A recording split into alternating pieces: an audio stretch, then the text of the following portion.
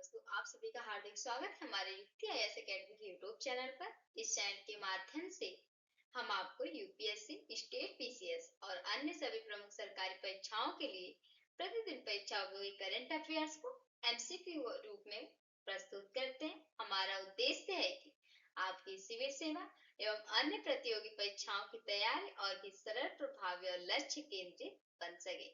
इसी के साथ हम शुरू करते हैं अपने 11 जनवरी सवाल से। तो सवाल था हमारा, पूछा गया था कि भारतीय वायुसेना के उप प्रमुख के रूप में किसने पदभार संभाला। क्वेश्चन था हमारा, 4 विकल्प है इसमें। Air marshal Vivek Ram Chaudhary, air marshal Nageshwar Tiwari, air marshal Nagesh Kapoor या चौथे हैं एयर मार्शल बीएस धनोआ।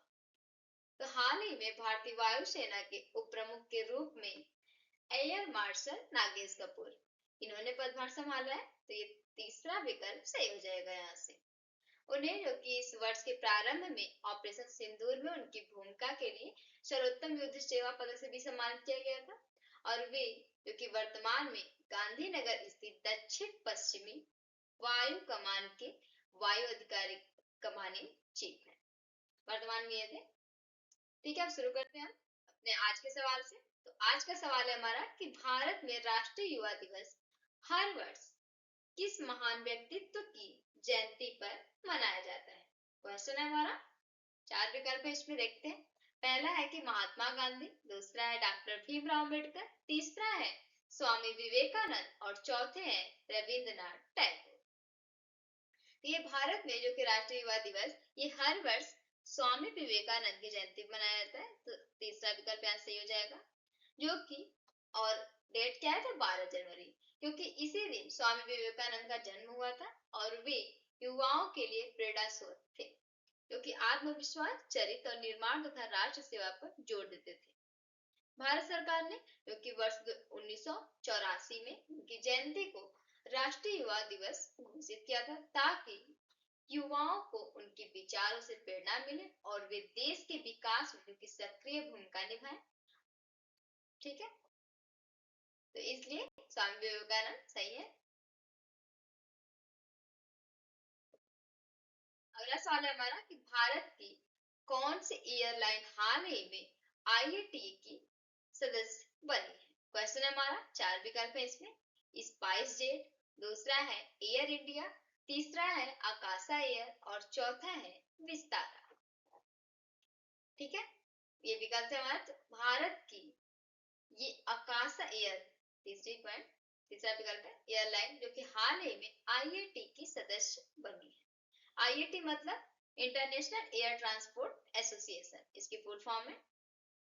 ये जो कि भारत की एक नई और तेजी से बढ़ने वाली एयरलाइन है, जिसे जो कि आईएटीए की सदस्य बनी है। आईएटीए सदस्यता पाने के लिए एयरलाइनों को जो कि अंतरराष्ट्रीय कुछ सुरक्षा मानकों पर खरा उतरना होता है, जिसे साबित करने के लिए आकाशा एयर ने आईओएसए मतलब सेफ्टी ऑडिट सफलतापूर्वक पास किया और आकाशा के आईएटीए में शामिल होने से अब भारत की कुल 5 एयरलाइंस इस वैश्विक संस्था के सदस्य थे, जिसमें से 4 पहले थे, एक ही ये बनी है, 5 हो गए।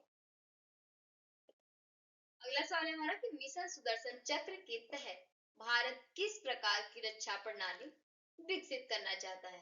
क्वेश्चन है हमारा, तो 4 विकल्प है इसमें। पहला है कि केवल मिसाइल आधारित रक्षा प्रणाली, दूसरा है केवल लड़ाकू विमानों पर आधारित प्रणाली, तीसरा है बहुस्तरीय और एकीकृत वायु रक्षा प्रणाली और चौथा है केवल सीमा पर तैनात सैनिकों की व्यवस्था।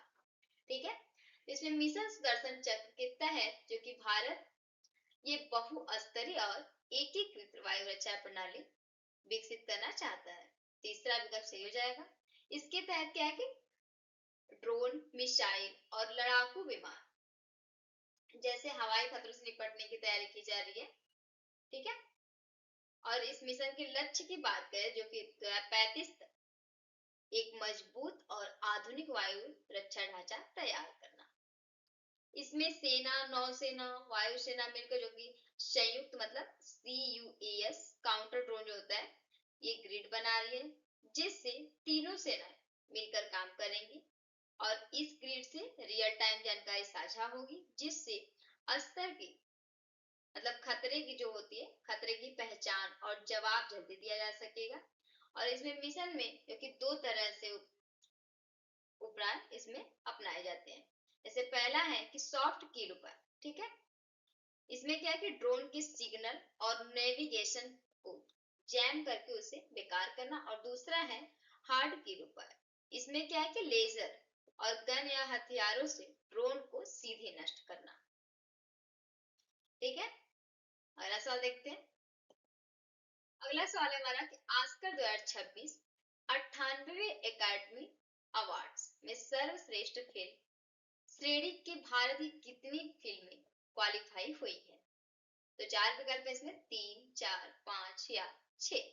तो ऑस्कर 2026 जो कि 98वें एकेडमी अवार्ड्स में सर्वश्रेष्ठ में कहे तो 5 फिल्में, 5 श्रेणी के भारत की जो कि क्वालिफाई हुई है। अब इसमें क्या है कि AMPS ने, मतलब कि academy of motion picture and arts and science, ये इसकी फुल फॉर्म है AMPS की, जिन्होंने ऑस्कर 2026 के लिए पात्र फिल्मों की सूची जारी की है। इसमें भारत की 5 फिल्में ऐसी हैं जिन्हें सर्वश्रेष्ठ फिल्म श्रेणी के योगदान योग्य माना गया है। यह भारतीय सिनेमा के लिए जो कि बड़ी उपलब्धि है, क्योंकि इससे पता चलता है कि भारतीय फिल्में अब अंतर्राष्ट्रीय स्तर पर भी पहचान बना रही है। काफी गर्व की बात है। इसी के साथ अगला सवाल देखते हैं। अगला सवाल है हमारा कि हाल ही में आयोजित नई दिल्ली विश्व पुस्तक मेला 2026 के 53वें संस्करण में अतिथि देश किस देश को बनाया गया है? क्वेश्चन हमारा, 4 विकल्प है इसमें, जापान को, फ्रांस को, कतर को या जर्मनी को।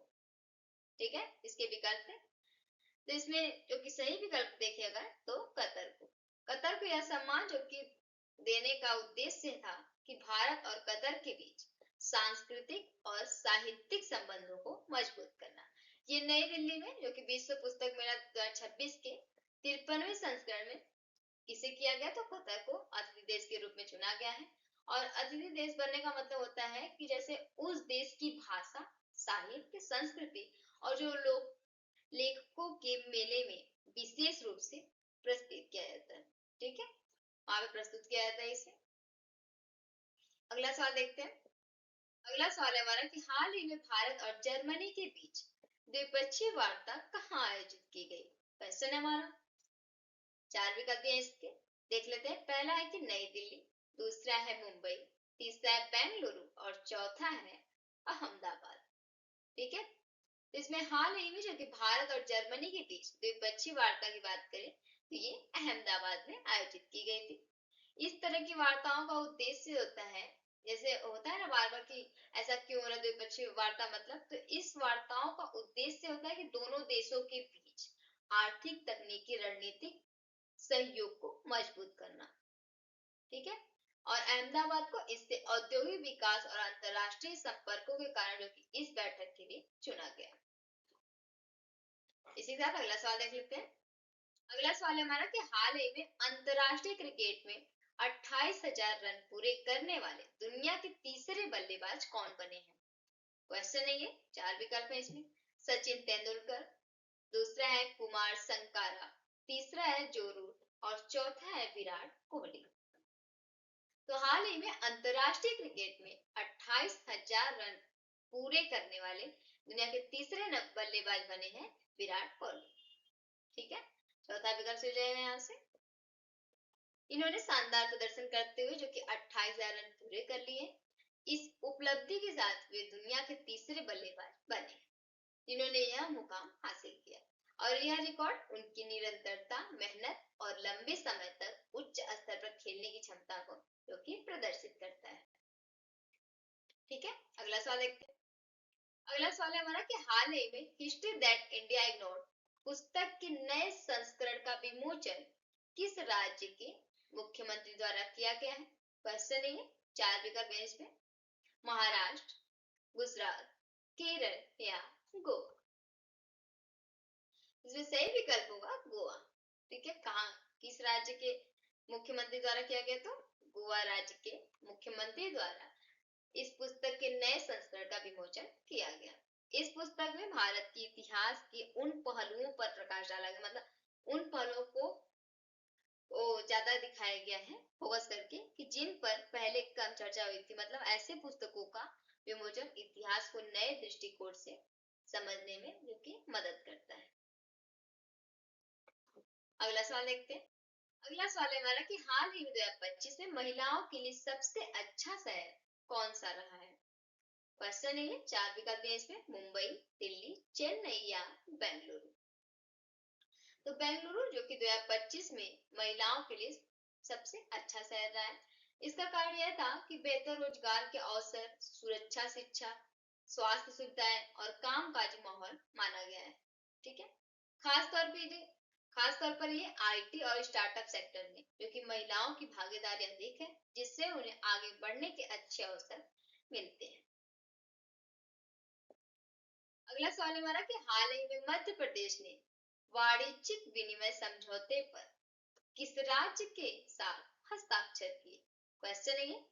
4 विकल्प है इसमें, देखते हैं। पहला है ओडिशा, दूसरा है छत्तीसगढ़, तीसरा है बिहार और चौथा है असम।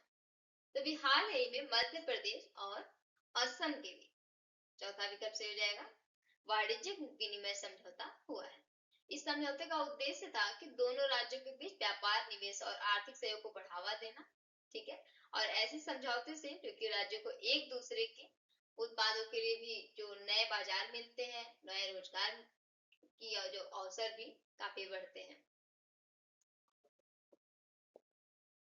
आज का सवाल है आप लोगों के लिए कि हाल ही में भारत के सार्वजनिक क्षेत्र मतलब पीएसयू के सबसे बड़े ग्रीन हाइड्रोजन प्लांट का उद्घाटन कहाँ किया गया है।